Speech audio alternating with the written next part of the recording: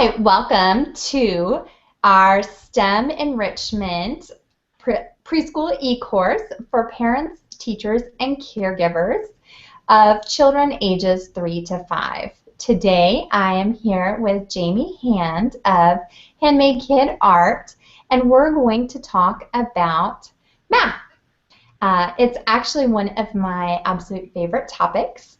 I ended up with an elementary degree, but my minor was in mathematics. So I actually struggled a lot in mathematics and trying to make sense of numbers and linear equations in college. But I feel that my struggles and, accomplishments after finding the answers really helped me, I guess, connect kids with math. And I'm very excited about trying to help them make those connections because it can be challenging.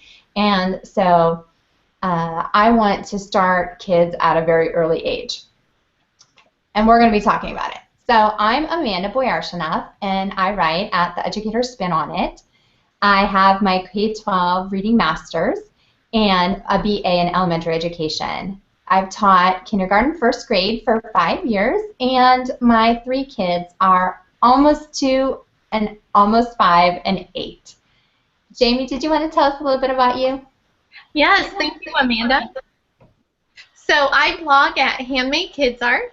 I am a certified art instructor and have taught grades all the way from preschool to high school. And unlike Amanda, I did not minor in math at all. I got my art degree. And so, but I do understand the importance of it. And I work with my own kids, and especially since math is not my strongest, I like to do different techniques and get them engaged so that they hopefully can be stronger at it, and then I can ask them what the answers are. So that's my plan.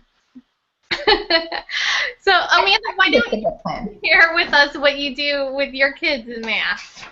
Okay, well, as a kindergarten teacher, I know that it's important to gather different manipulatives. And manipulatives are just fancy for little things. And these little things can be everyday materials around your house. I have a bag full of, those baby toddler squeezies? You know those, Jamie? I don't know what you're talking about. It's like a baby food in a squeezy pouch. Oh, yeah, okay, yes. Okay, well, you know how those lids are fun colors? Mm-hmm. Like, I just wash them out and I put them in a bag. And that's a math manipulative. So it can be lids. Milk lids? Yeah, milk lids. Like a gallon of milk.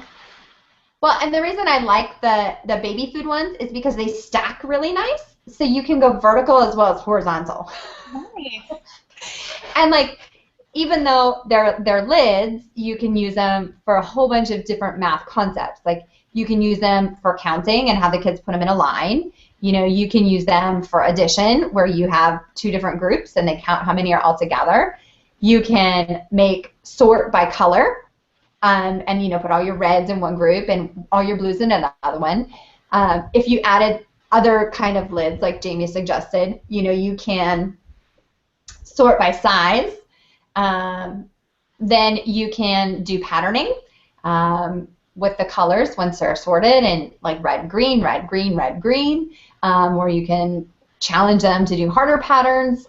You can even take those lids and say, okay, can we put all the lids together to make a shape? So maybe they put the lids in a triangle shape on the table. So really, you don't need a lot of math manipulatives. Recycled lids, and you're great. I do happen to have more. I have counting bears. These are very typical in a preschool and kindergarten classroom.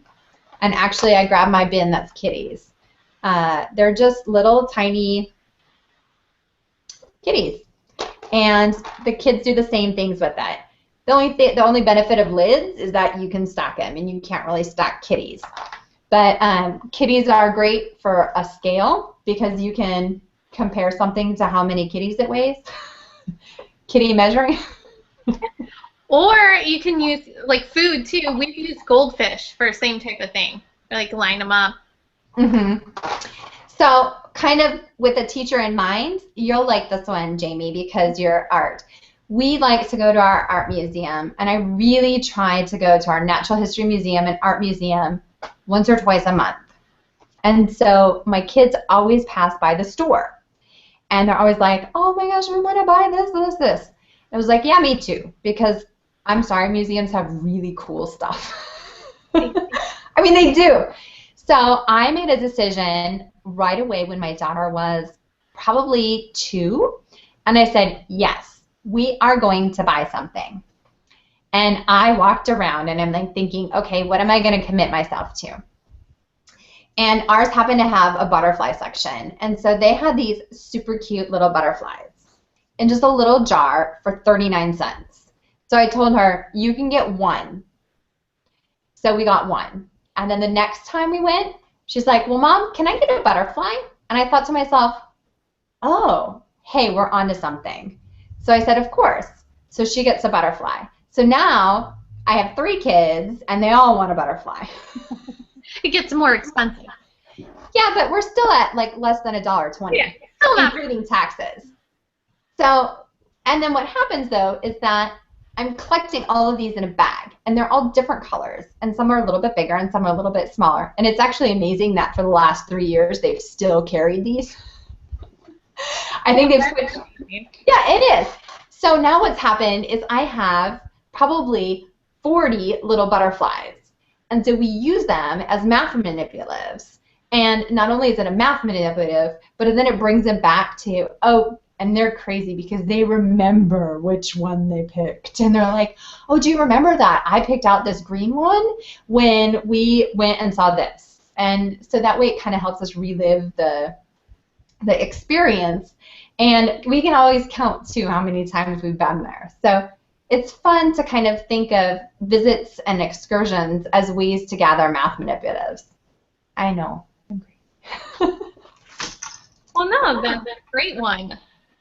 And one thing we've done is using just the toys around the house, too. Like, we have a lot of trucks and cars, and so we'll use that to count. And, you know, we do a lot of just, as we're playing, kind of throwing out different problems. Like, oh, if we have 3 cars here and 1 car drives away, how many are left?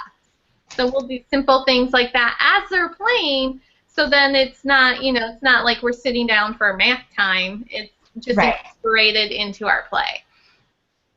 Speaking of into your play, I know you probably have seen these, and you might even have them, but fake money, that looks like real money. So that, you know, one of the kindergarten Common Core standards is that they know can identify and sort money. I don't have it on the top of my head, but money is important, knowing the value and being able to identify what it is. So having pretend money, as long as your kid's over 3 and, you know, you trust and you're there with them, having money, pretend money, in your kids' like pretend kitchen area is a great way to incorporate math and learning into play.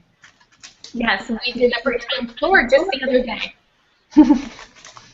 Yeah, I put these, I have them in a little bag. This is like my money pouch that gets hidden, and I like give them only a select few because our money tends to like disappear, and I find it really random places around our house. Yes, that's funny you say that. The first time we opened the whole pack, and it was all over the house. So yes, we disperse little amounts. That is a good tip. And I kind of, now that my kids are a little older, you know, the older preschooler, and I'll say, well, I'm going to give you 25 cents. You need to tell me if you want it in dimes, nickels, or pennies. And, you know, that way it's that extra little tool, because either I'm counting out 25 little pennies, or they get 2 dimes and a nickel. And, of course, my preschooler's like, well, give me the 25 pennies because it's a lot. Yeah. But that, you know, it just adds that extra little math challenge. And, you know, hopefully someday he'll be good with money, managing it. And then the last tool that I have, and I do think that this is something that any and all parents should have available to your kids, and it is a bag of numbers. And I literally, mine are printed out, but you don't have to have them printed out. You can use just scrap pieces of paper, whether it's in your art drawer. Paper plate. And just wrote the number on the paper plate. Yes, but you stick them in your diaper bag. You put them in your car. If your kids are like in the back seat of your car and they're like, we don't know what to do, you're like, here's a bag of numbers. Let's make up a game. Or we travel with a deck of cards too. Same thing. Yes, same thing. So, and this way, if you already have them made, like in the next 5 minutes, if you're listening to this video, you could take a piece of paper and write the numbers 0 through 10 and cut them out, and you have your math manipulative that you can take anywhere. You can bring them outside and have your kid pull a number, and they get to run around the backyard that many times. You know, you can pull out the number and say, let's go find this many rocks. So it is, I think, a very powerful tool, and if you have them made already, you will use them. If you don't have them made, you probably won't use them because they're not made yet. So if you do it, they'll be there. Don't you find, though, that, Jamie, like if you have it accessible and set out, I know you're really good about after they take a nap, you kind of set things out on the table so that they can. Yeah, I do, but I like your idea of keeping it in the diaper bag first.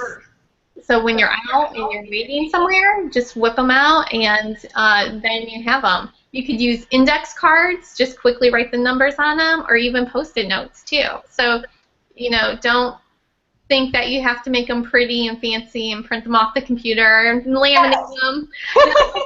But, you know, just keep it simple for yourself, and it can be a useful tool and a quick way to, you know, just keep incorporating those skills. And, you know, as we were talking about, it's doing it over time and keeping them engaged is going to help build those skills. And before they know it, they'll be math experts. And as you were talking, I just made it. I could go all the way to 15 like this. There. Yeah. And that was what, like 30 seconds? Right. And I cut it out for you, but I don't have a piece of paper right here, so that would have added another 30 seconds. So it is the cheapest and quickest way to start incorporating math into your preschool activities. Well, we could even use it for our activity that we have for today. Oh, why don't you go ahead and tell us what our math challenge is for the week? Well, our math challenge this week was incorporating the use of Play-Doh along with building. Oh, and Amanda's so good. She brought her Play-Doh. I didn't bring my Play-Doh to the course today, but my preschoolers, both of them enjoyed working with the Play-Doh. First, they would roll it up, and as Amanda is demonstrating in the video, rolling it into a snake-like form, which they thought was the coolest thing ever. They're like, yeah, we make snakes. And so you don't even have to tell them that we're doing math. You can introduce it with, hey, let's make some snakes, and show them how they can roll it between their hands and or use their fingertips along the table to create a snake that you can then shape into a number. So you may want to pull out your paper cards that you just, number cards that you just created, so that they can look at the number, because sometimes it may help to look, especially my younger preschooler, 3 years old. Yeah, she definitely needed to see the number to help build it. And then, so both of mine, they built the number, and then they thought the snake part was cool, but then they got really excited for the next part, is that we made spheres or balls of Play-Doh, and we made them correspond to the number. So, for example, if we made the number 1, we would roll 1 sphere. And as Amanda's doing, you just want to roll in a circle motion and keep going. And then, so we had the Play-Doh number 1, we had 1 sphere, and then they got to go flat on the Play-Doh. And that's what they thought, that was so cool. They're like, we get to squish it. So anytime you get to incorporate squishing Play-Doh, that will add excitement to the activity. And then you just continue building with the numbers.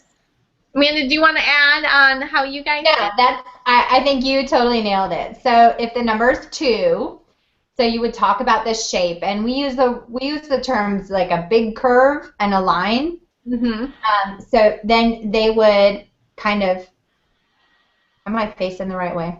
Well, it is backwards, but we get what you mean. What am I backwards? This way? There it is. Yay! But yeah, so we would kind of do this on the table. So the first thing we'd say is this is the number. So all numbers actually have a numerical representation, and they have a word representation, but they also have a value. And so the Play-Doh Smash is to help kids connect what the number looks like with the number value. Because a lot of times kids, the first thing they'll be able to do is count. And counting is awesome. I mean, like, if your kid counts to 5, great, work on counting to 6. If your kid counts to 13, now if you have a preschooler, that 13, 14, 15, 16 is really hard. It is hard. And it's totally normal for them to skip numbers. So if you're thinking, oh, well, my kid already knows 1 or 2, go with the number they don't know. Like, this activity works all the way up to 1st, 2nd grade. Even my 3rd grader would love it. So you just are going to adapt it to what your child needs. So if you're working on 2, then they would do 2 spheres, and they would smash them. You know, and of course, preschool smashing is not quite as nice as mommy smashing. It's a little more enthusiastic. And the same thing, too, is if your kid's really getting good at rolling spheres, you don't have to just do spheres. You can do another 3-dimensional shape. I was going to add, for my older preschooler, we did go into cubes and square prism or pyramids. And so I was showing them a little more of the 3-dimensional forms, as we call them in the art world, that he could build. So he got really intrigued into that. I think they call them 3-dimensional forms in all the worlds. Do they? Well, I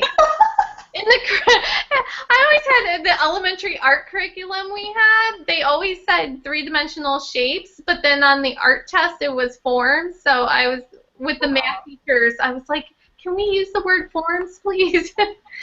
Well, and early grade school has to know those 3-dimensional. I mean, like, again, if you're talking about Common Core math, that's already incorporated in there. I'm not sure, you know, what grade level. They need to know the names of it. And then the next part is they have to know how many, and I'm drawing, vertices. Like, what's the word?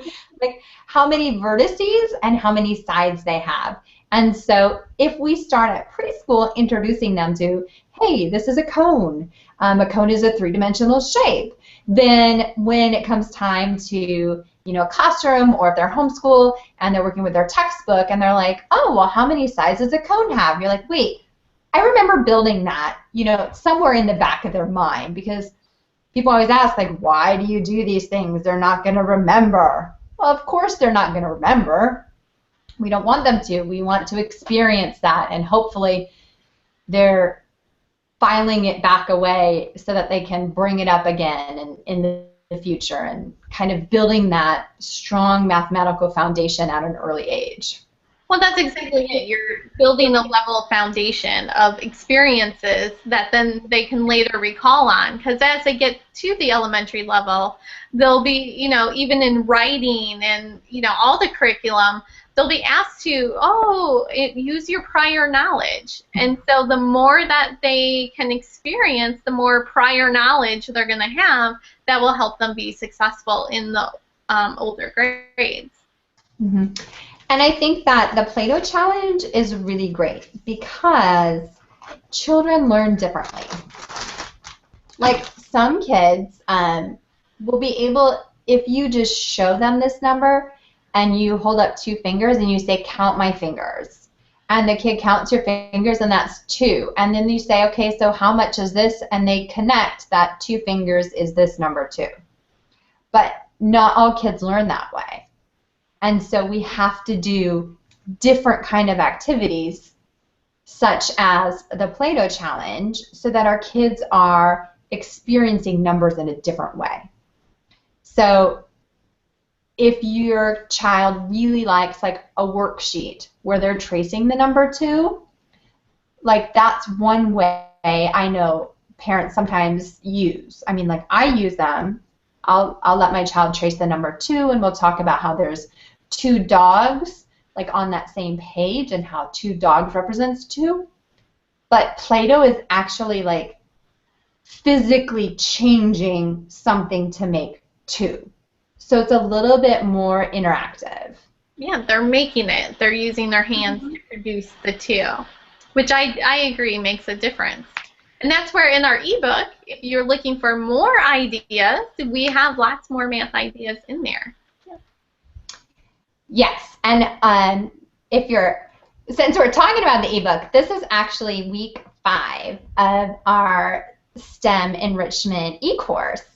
And so we have on our blogs, The Educator Spin on It and Handmade Kid Art, we have an easy, super simple science challenge that any parent, teacher, or caregiver can do tomorrow with your child. We have I was going to say engineering, but technology comes next. We have technology challenge that allows children to use technology as a tool for learning and not just to watch, but it's an interactive activity. Then we have engineering, which has been a favorite, where they're building. And then we have art, which took us outside for both of us, although it doesn't have to, and we were creating a habitat for an animal. And this is the last week of math. So if you've missed our challenges, we encourage you to go back and do them. You can either do one a week, you could do one, you could actually start at 9 o'clock in the morning and do one every hour if you wanted to do like have a whole like fun STEAM day. STEAM day. Invite a friend over too. A STEAM play date, and you could actually have little centers. You do stations. Could be a whole birthday party. Somebody else has to bring the cupcake, because if I'm setting up the station. But no, seriously though, it's all about helping your kid interact and building STEAM into every single day, because these topics are very important. As Jamie said, grab our book STEAM. It's on Amazon. We'll put the links in the video comments below. And stop by our blogs for even more STEAM challenges and activities. All right. Well, thank you, Amanda. Bye.